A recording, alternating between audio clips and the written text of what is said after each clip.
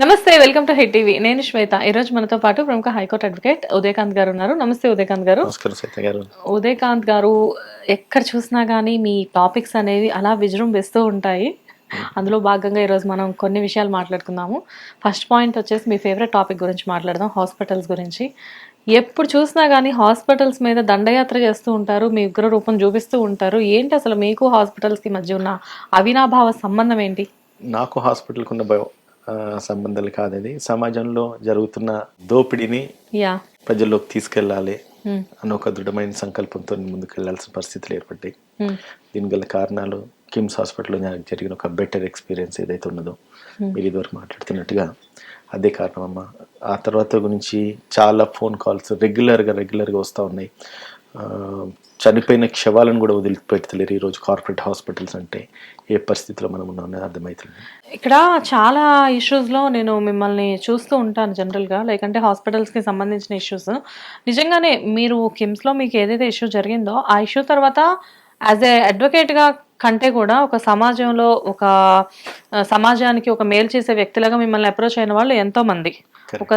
ఒక అంటే సమాజానికి ఏదో ఒక విధంగా మీరు సహాయం చేయాలి అన్న ఏదో ఒక ఇదితోటి మీరు ఈ కేసెస్ అన్ని టేకప్ చేస్తున్నట్లు ఉన్నారు. దీని వెనకాల మోటివ్ డబ్బులు అయితే కాదు.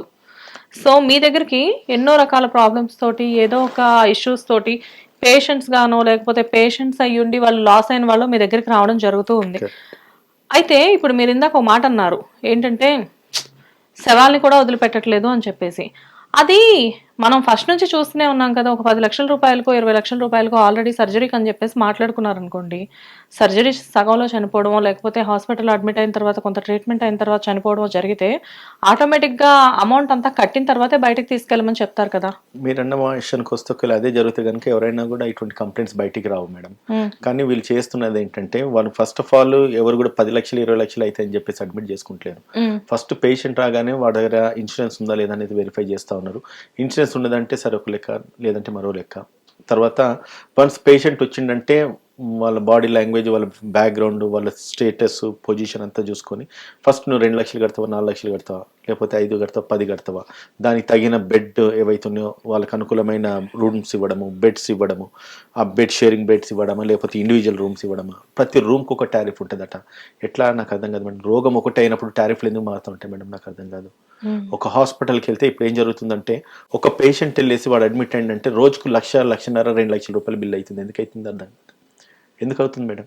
అవసరం ఉన్నా లేకపోయినా డాక్టర్స్ బేసిక్ కన్సల్టెన్సీ తీసుకుంటున్నారు. ఎందుకు తీసుకుంటున్నారు మేడం? ఇది బేసిక్ కన్సల్టెన్సీ అనేది బేసిక్ కదా సార్, అది మీరే చెప్తున్నారు కదా బేసిక్ అని చెప్పేసి. ఏం basic consultancy madam? Basic consultancy ఎంత అవుతుంది మేడం?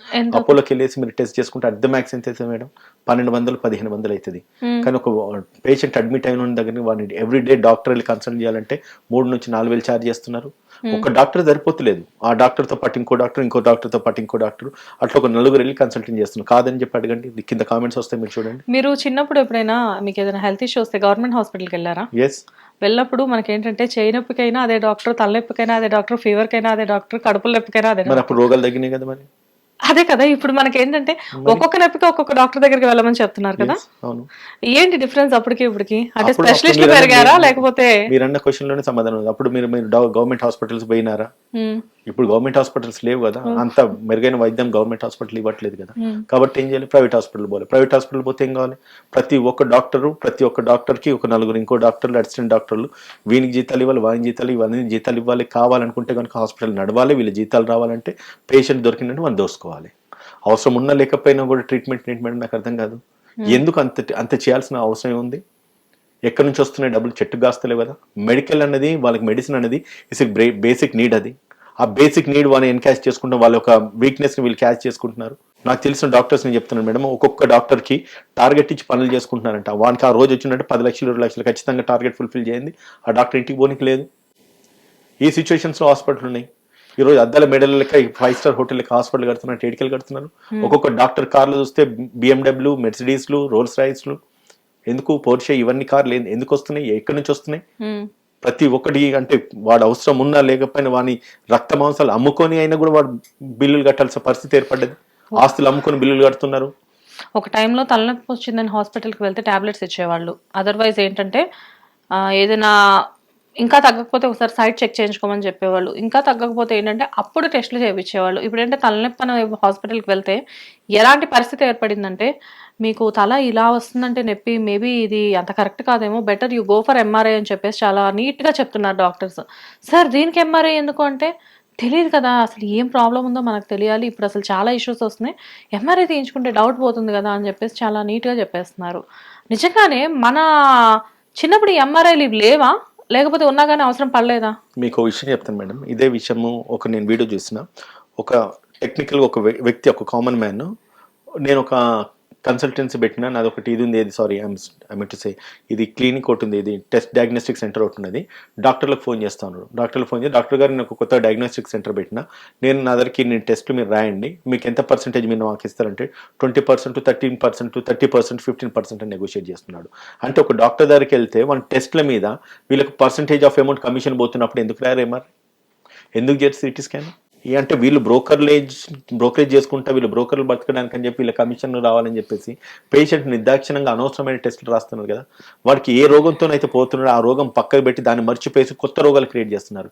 నాకు ఎన్ని నెంబర్ ఆఫ్ కేసెస్ మేడం, నేను చెప్తున్నా కదా, ఇవాళ నా దగ్గర కొన్ని హండ్రెడ్స్ ఆఫ్ కేసెస్ నా దగ్గర వచ్చినాయి.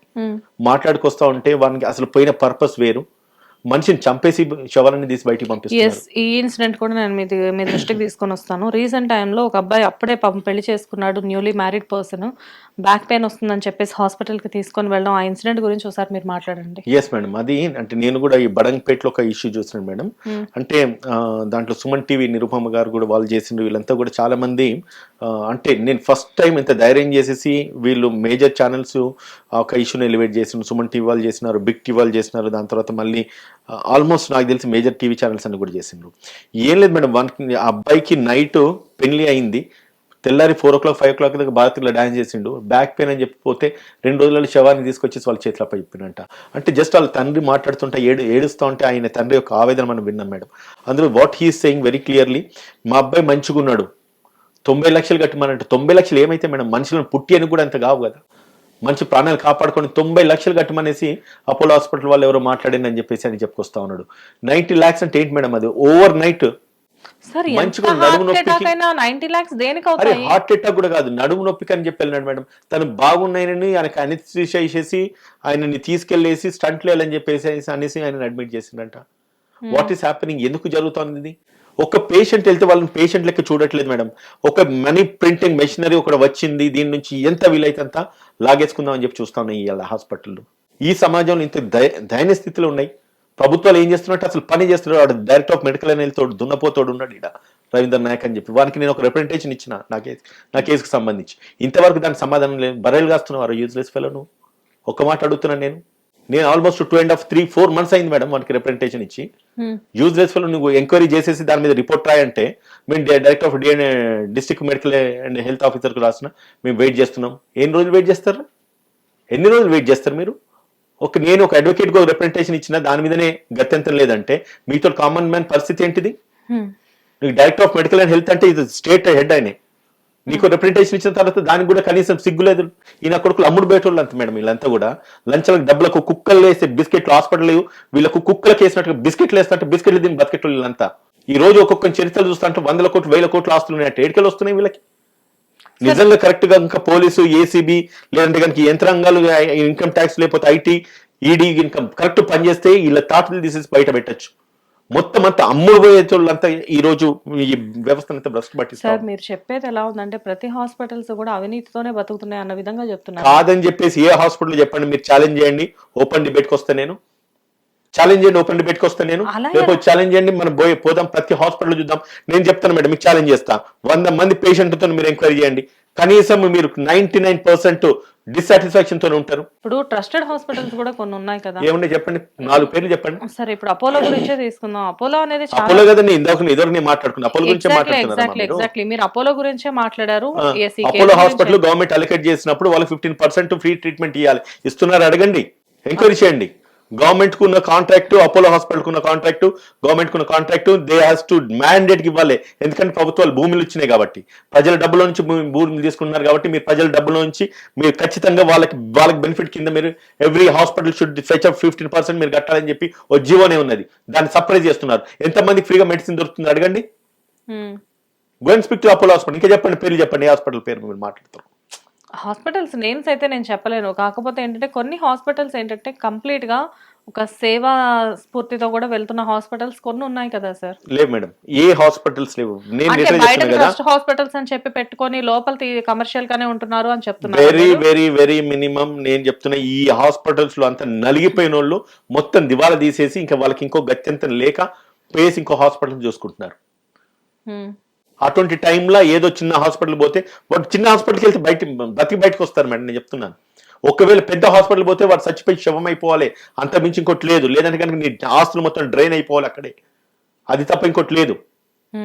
Name any hospital any time any mid of the night మీరు నన్ను తీసుకెళ్తారో చెప్పండి, మీతో పాటు నేను వస్తా, చూద్దాం.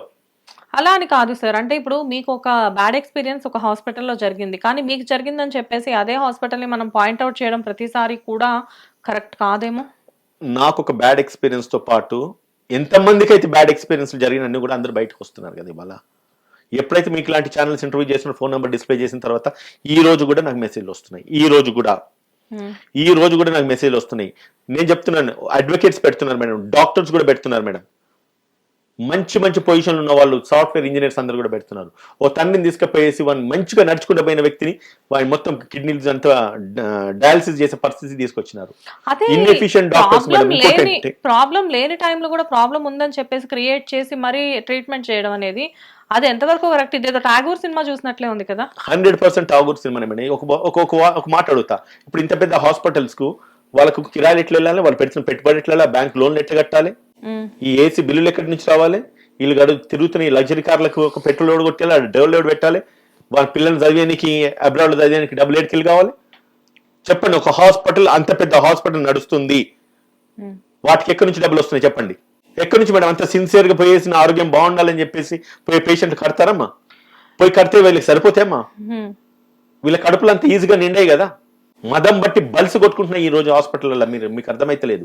అండ్ ఇక్కడ ఇంకొక పాయింట్ ఏంటంటే చాలా మంది చెప్పే విషయమే నేను మిమ్మల్ని అడుగుతున్నాను. ఇన్సూరెన్స్ వైజ్ గా చూసుకున్నా కానీ నార్మల్ గా ఒక 10,000తో అయిపోయే ట్రీట్మెంట్ ఇన్సూరెన్స్ ఉంది అంటే ఆ ట్రీట్మెంట్ కి ₹1,00,000 ఛార్జ్ చేస్తున్నారు అని కూడా చాలా మంది హాస్పిటల్స్ మీద ఒక ఎలిగేషన్ అనేది చేస్తున్నారు. అది ఎంతవరకు రైట్? కాదని చెప్పేసి ఎవరు అంటున్నారు? 100% రైట్ అని చెప్తా. ఒక ఇన్సూరెన్స్ ఉంది, మీరు ఫస్ట్ హాస్పిటల్కి వెళ్ళండి అమ్మా.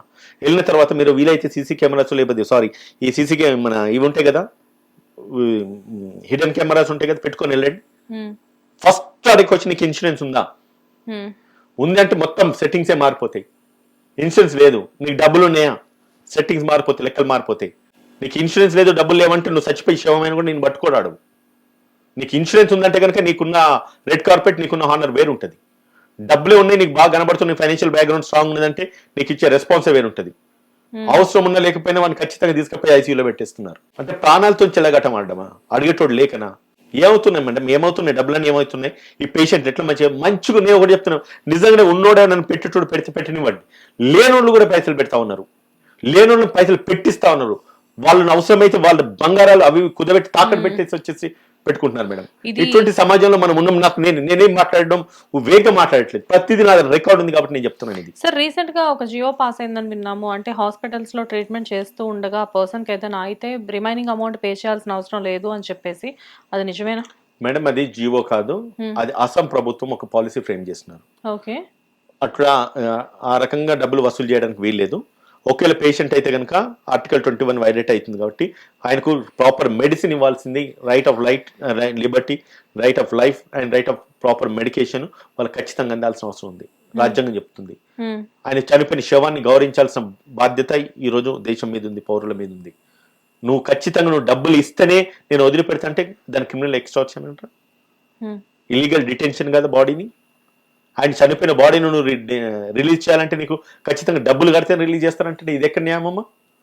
ఒక సింపుల్ ఎగ్జాంపుల్ చెప్తాను మేడం. ఒక బాడీ చనిపోయేదాకా ట్రీట్మెంట్ జరిగిందంటే ఎన్ని డబ్బులు వీళ్ళు వసూలు చేసి ఉండాలి? సపోజ్ 20 లక్షలు అయింది, 15 లక్షలు వాడు కట్టి ఉంటాడు. ఇంకో 5 లక్షలు ఇస్తేనే నువ్వు బాడీ ఇస్తే లేకపోతే ఇయ్య అంటాడు. 15 లక్షలు నీ ప్రాఫిట్ సరిపోలేదా? వాడు అవసరం లేకపోయినా కదా, ₹1,00,000 ఖర్చులు కాస్త నీకు 14 లక్షలు లాభం ఉన్నట్టే కదా. ఆ 5 లక్షల రూపాయలు వదిలేసి వాడిని బాడీ పంపిస్తే ఏమవుతుంది? ఒకవేళ పంపలేకపోయినా నిజంగానే అది రికవరీ చేసుకోవాలంటే సివిల్ సూట్ వేసుకోమని రెమెడీస్ ఉన్నాయి. లేకపోతే వాళ్ళతో అండర్టేకింగ్ రాసుకోండి, బాండ్ రాసుకోమని చెప్పు, లేకపోతే చెక్స్ తీసుకొని బాడీ రిలీజ్ చేయమని చెప్పండి. ఆ మార్చిలో బాడీ మురిగిపోతా ఉంటది, ఈ నా కొడుకులు బాడీ ఇవ్వరు. ఖచ్చితంగా డబ్బులు కడితేనే కట్టాలి, లేకపోతే ఇవ్వాలి, లేకపోతే ఇవ్వని అంటారు. ఇదేంటిది? సో దీన్ని ఉద్దేశించి ఆసాంలో ఒక పాలసీ వచ్చింది, అటువంటిది కనుక జరిగితే కనుక ఇమ్మీడియట్ గా హాస్పిటల్ సీజ్ చేయండి, 5 లక్షల రూపాయల పెనాల్టీ వేయండి అంటున్నారు. First offence. సెకండ్ అఫెన్స్ కనుక జరుగుంటే కనుక సీజ్ చేయండి హాస్పిటల్ అని చెప్తున్నారు. మన ప్రభుత్వాలు ఎందుకు చేయొద్దు? విద్యా, వైద్యం, these are the basic needs. ఇవి రెండు బాగుంటే దేశం భవిష్యత్తు బాగుంటుంది, దేశం బాగుంటుంది. ఈ రోజు మనం బ్రతకడానికి అని చెప్పేసి మన డబ్బులు లేకుండా మనం చచ్చిపోతున్నాం. చదువుకునేడానికి ప్రాపర్ విద్య అందక వాడు నలిగిపోతా ఉన్నాడు. దొంగలు తయారైతున్నారు, టెర్రరిస్టులు తయారైతున్నారు. ఈ రోజు సమాజం ఎందుకు ఇట్లా పాడైపోతుందమ్మా? What is the reason in behind it? ఈ ప్రాపర్ మెడికేషన్ లేదు. వాళ్ళ తల్లిలో తండ్రి చనిపోతే వాడు తెల్లారి వాడు గుండా అయితే రేపు రౌడీ అవుతున్నాడు. ఇదివరకు అయితే ఒకప్పటి రోజులు అయితే 10-15 సంవత్సరాల క్రితం నక్సలైట్ల కింద తయారైనరు. ఇటువంటి అన్ని వెక్స్ అయిపోయి ఇటువంటి దొంగలను చూసుకుంటా. ఇప్పుడు నక్సలిజం లేదు కదా, ఎవరికి వాడు విచ్చలవిడితనం తయారైపోయింది. ఇటువంటి జరుగుతూ ఉంటే ఏమైతుంది మేడం? నెక్స్ట్ మళ్ళీ వాళ్ళు తయారవుతారు కదా. సమాజాన్ని మనమే కదా పాడు చేస్తున్నాం. చదువా ఇయ్యము, వైద్యమా ఇయ్యము, పోనీ ప్రాపర్ ఫెసిలిటీస్ ఇయ్యము. మన కళ్ళ ముందు తండ్రి చనిపోయిన, కళ్ళ ముందు తల్లి చనిపోయింది, డబ్బులు పెట్టలేని పరిస్థితులు చనిపోయినప్పుడు వీడు ఏమవుతాడమ్మా? డెఫినెట్ గా వాడు కూడా దొంగ గుండాను అవుతాడు కదా మీరు అన్నట్లుగా.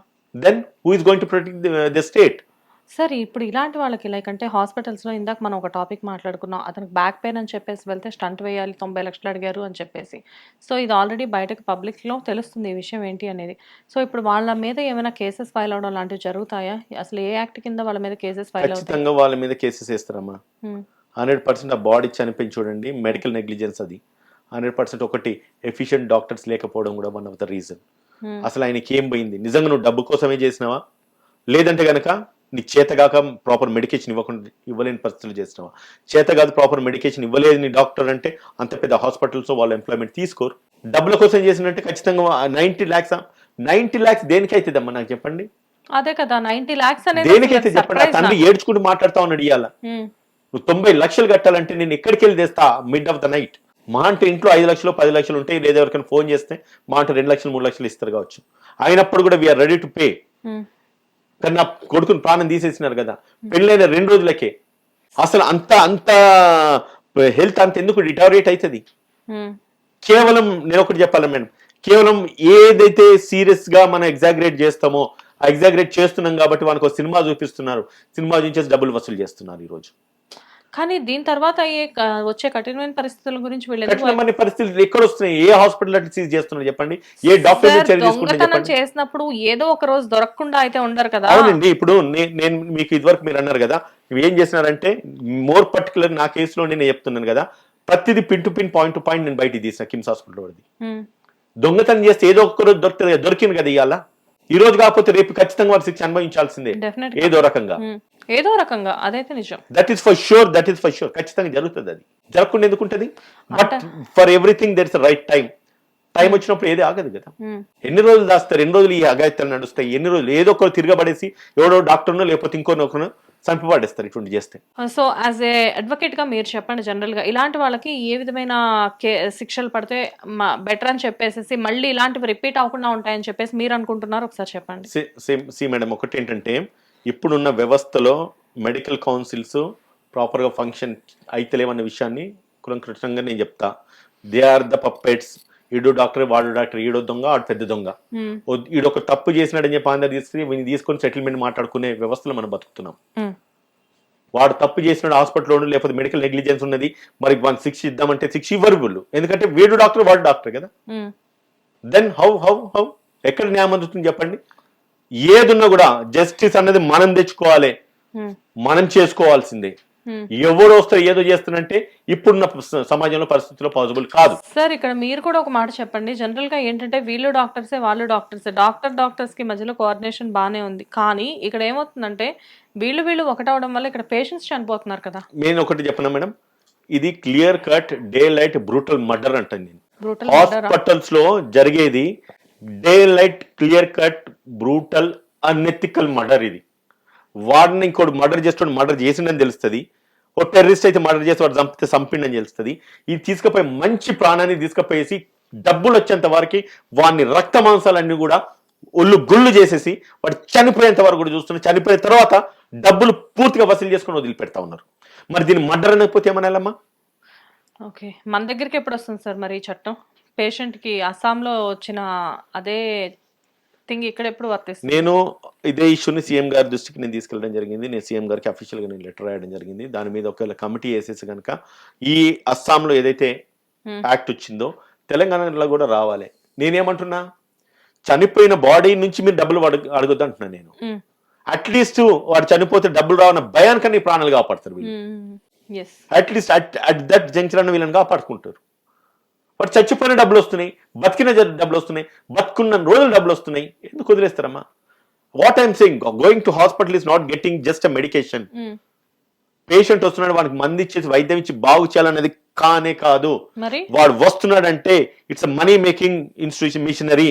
మన దగ్గరకు వచ్చింది, నువ్వు ఎంత గుద్దుకుంటో కొత్తుకో, డబ్బులు సంపాదించుకో. It's like an ATM card. వాని శరీరం వాని మీద ఒక just they are pushing an ATM card and extracting money. Thinking అనేది కూడా చాలా దారుణంగా ఉంది మీరు చెప్తుంటే వాళ్ళది. నిజం కదా? ఈ సర్కమ్స్టెన్సెస్ నేనేమైతే చెప్తున్నా నిజం కదా? మీరు ఇప్పుడు కూడా అంటున్నాను మేడం, హాస్పిటల్ తీసుకెళ్ళండి, నీ రోగం ఏందనేది తర్వాత సంగతి. నువ్వు ఎన్ని డబ్బులు ఇవ్వగలుగుతావు ఫస్ట్ చూస్తున్నాను. లేదు సార్, ఇప్పుడు హాస్పిటల్స్ లో కొన్ని హాస్పిటల్స్, అంటే నేను అన్నిటి గురించి మాట్లాడను, కొన్ని హాస్పిటల్స్ అయితే అవసరం ఉన్నా లేకపోయినా మీకు బిగినింగ్ లోనే చెప్పాను, సిటీ స్కాన్లు, ఎంఆర్ఐ స్కాన్లు అనేది చాలా కామన్ గా, అంటే ఒక పెన్సిలిన్ ఇంజెక్షన్ చేసుకో, ఒక క్రోసిన్ టాబ్లెట్ వేసుకో అన్న రేంజ్ లో చెప్పేసేస్తున్నారు. మరి వాళ్ళు డబ్బులు ఎట్లా వస్తాయండి? అదే మీరు కూడా ఇంకో మాట కట్టాలి, బిల్లు మీద ఉన్న లోన్లు ఎవరు కట్టాలి, ఈ డాక్టర్ జీతాలు ఎవరు ఇవ్వాలి, ఈ నర్సుల శాలరీస్ ఎవరు కట్టాలి, కింద నుంచి పై దాకా అటెండ్ స్కావెంజర్ నుంచి మొదలు పెడితే అది ఎక్స్పర్ట్ డాక్టర్స్ దాకా కూడా వాళ్ళకి రావాల్సిన రెవెన్యూ ఎక్కడి నుంచి రావాలి? ఎక్కడి నుంచి రావాలి? ఎక్కడి నుంచి రావాలి? పేషెంట్స్ నుంచే కదమ్మా. మరి జ్వరం వచ్చిందని చెప్పేసి వానికి క్రోసిన్ పారాసిటమాల్ టాబ్లెట్ ఇస్తే వానికి కిరాయిలు వెళ్తాయా? జ్వరం వచ్చిందని చెప్తే వానికి ఖచ్చితంగా వాని బైపాస్ చేయాలి, వాని హార్ట్ సర్జరీ చేయాలి, అవసరమైతే ఇంకా అవసరమైతే గుండు కూడా ఇక్కియాలి. బట్ రియల్లీ సార్, అంటే లైక్ చాలా మంది హాస్పిటల్స్ గురించి, ఈ హాస్పిటల్ బాగాలేదంటే ఈ హాస్పిటల్లో డబ్బులు ఎక్కువ తీసుకుంటున్నారంటే, సో మనం ఆ హాస్పిటల్కి వెళ్దామని చెప్పేసి ఎటు వెళ్ళినా కానీ ఏదైనా ప్రాబ్లం వచ్చింది అంటే ప్రతి ఒక్కళ్ళు కూడా కార్పొరేట్ హాస్పిటల్స్ వైపు వెళ్ళడానికే మొగ్గు చూపిస్తున్నారు. కాకపోతే ఆ వన్స్ అక్కడికి వెళ్ళిన తర్వాత ఏంటంటే మీరు అన్నట్లుగానే ఇదంతా ఒక మెడికల్ మాఫియా లాగా, సిటీ స్కాన్లు, ఎంఆర్ఐ స్కాన్లు బడ్జెట్ ఉన్న వాళ్ళ వరకు చేసుకోగలగడం ఒక ఎత్తు అయితే, బడ్జెట్ లేని వాళ్ళు అప్పులు చేసి మీరన్నట్లుగా బంగారాలు తాకట్లు పెట్టి వచ్చి చేయించుకోవాల్సిన పరిస్థితి ఇప్పుడు ఏర్పడింది. నా కళ్ళ ముందే నా సర్కిల్లోనే ఎంతమందిని చూస్తున్నాను. అఫ్కోర్స్ నేను కూడా అలా ఏదో పెయిన్తో వెళ్తే అవన్నీ ఫేస్ చేసిన దాన్నే. బట్ ఏంటంటే ఇవన్నీ చేయించుకోగలిగిన వాళ్ళైతే, ఇంకోసారి చేయించుకోగలిగిన వాళ్ళైతే ఓకే, బట్ చేయించుకోలేని వాళ్ళకి కూడా డాక్టర్స్ కూడా చూసి ఆలోచించి. నెవర్ మేడం, అయిపోయింది మేడం. డాక్టర్స్ అన్న పదానికి ఈరోజు డిక్షనరీలో అర్థం పోయింది madam. They are as good as టెర్రరిస్టులు. టెర్రరిస్టులను చంపేస్తారు మనకు ముందు తెలుస్తుందమ్మా, వీళ్ళు చంపేది కూడా మనకు తెలియదమ్మా. నేను అబద్ధం మాట్లాడుతున్నానంటే మీరు ప్రతి హాస్పిటల్కి వెళ్ళి ఎంక్వైరీ చేయండి. మంచిగా తీసుకుపోయేసి వాడిని శవాన్ని తీసేసి వానికి అప్పచెప్తున్నారు. శవాన్ని ఇచ్చే టైం కూడా వాడు ఖచ్చితంగా బిల్లు మొత్తం పూర్తిగా చెల్లిస్తే తప్ప శవాన్ని ఇవ్వట్లేదు. ఇంకా మానవత్వం ఎక్కడుంది చెప్పండి? నీకు కావాల్సినంత నువ్వు ఎక్స్ట్రాక్ట్ చేస్తూనే ఉన్నావు. పేషెంట్ వచ్చిన క్షణం నుంచి చచ్చిపోయేంత వరకు నువ్వు వాడిని అనవసరంగా లాక్కుంటున్నావు, వాడి డబ్బంతా లాక్కుంటున్నావు. దట్ లాస్ట్ ఇంకా వాడిని చనిపోయిన తర్వాత కూడా నువ్వు ఖచ్చితంగా ఈయన డబ్బులు ఇస్తే తప్ప నేను వదిలిపెట్టా అని చెప్తున్నాడు. దీనికి గల సమాధానం ఏంటిది? దీన్ని బట్టి మీకు ఏం అర్థమవుతా ఉన్నది? డెఫినెట్ గా కార్పొరేట్ హాస్పిటల్స్ అంటే ఏటీఎం కార్డ్స్ లాగా మనుషుల్ని యూజ్ చేసుకోవడమే అర్థమైంది. Exactly, there is no doubt in that. But really sir, అంటే ఈ టాపిక్ గురించి యాక్చువల్గా ఇది ఎంత మాట్లాడుకున్నా అయిపోదు. బికాజ్ ఏంటంటే ఇది మెడికల్ మాఫియా అనేది ఎంతో కాలం నుంచి ఉంది. మాట్లాడుతున్న కొద్దీ దీని గురించి పాయింట్స్ అనేవి రేజ్ అవుతూనే ఉన్నాయి. అయితే ఎక్కడికొక్కడ పుల్ స్టాప్ పెట్టాలి కాబట్టి మనం ఈ రోజుకి ఈ టాపిక్కి పుల్ స్టాప్ పెట్టేసేద్దాము. అండ్ దీంతో పాటు మనం కొన్ని టాపిక్స్ నెక్స్ట్ టైం మళ్ళీ చర్చించుకుందాము. బట్ ఏదేమైనా కానీ మీరు అన్నట్లుగా ఇలాంటి మెడికల్ మాఫియా చేసే వాళ్ళకి తగిన శిక్షలు అనేవి మీలాంటి వాళ్ళ ద్వారా పడడం, జనాలకి ఇప్పటి నుంచి అయినా కానీ హాస్పిటల్స్ మీద ఉన్న భయాలు అనేది కాస్తలో కాస్తైనా తగ్గడం లాంటివి జరిగితే అది నిజంగా చాలా మంచి విషయం అవుతుంది. Anyways, thanks for the topic sir. Thank you so much. Thank you madam. Hit TV app, ఇందులో short news, live news, entertainment shows, movies, digital magazines తో పాటు మీ జిల్లా వార్తలను కూడా ఫ్రీగా చూడొచ్చు. ఇంకెందుకు ఆలస్యం, వెంటనే హిట్ టీవీ యాప్ ని డౌన్లోడ్ చేసుకుని ఫ్రీగా ఎంటర్టైన్మెంట్ పొందండి. Hit TV app. Hit TV app. Please download hit TV app. Hit TV app ని ఫ్రీగా డౌన్లోడ్ చేసుకుని ఎంజాయ్ చేయండి. మీకు నచ్చిన ఎంటర్టైన్మెంట్ కోసం హిట్ టీవీ యాప్ ని ఫ్రీగా డౌన్లోడ్ చేసుకుని ఎంజాయ్ చేయండి. హిట్ టీవీ యాప్ ని డౌన్లోడ్ చేసుకుని ఆస్వాదించండి, ఆశీర్వదించండి. ఇంతమంది సెలబ్రిటీలు హిట్ టీవీ యాప్ ని డౌన్లోడ్ చేసుకోండి అని చెప్తున్నారంటే ఎంత మంచి యాప్ ఆలోచించండి. అమెరికా అమెరికా అమెరికా అమెరికాలో చదవాలనుకునే వాళ్ళకి విశ్వసనీయమైన పేరు మన శౌర్య కన్సల్టెన్సీ.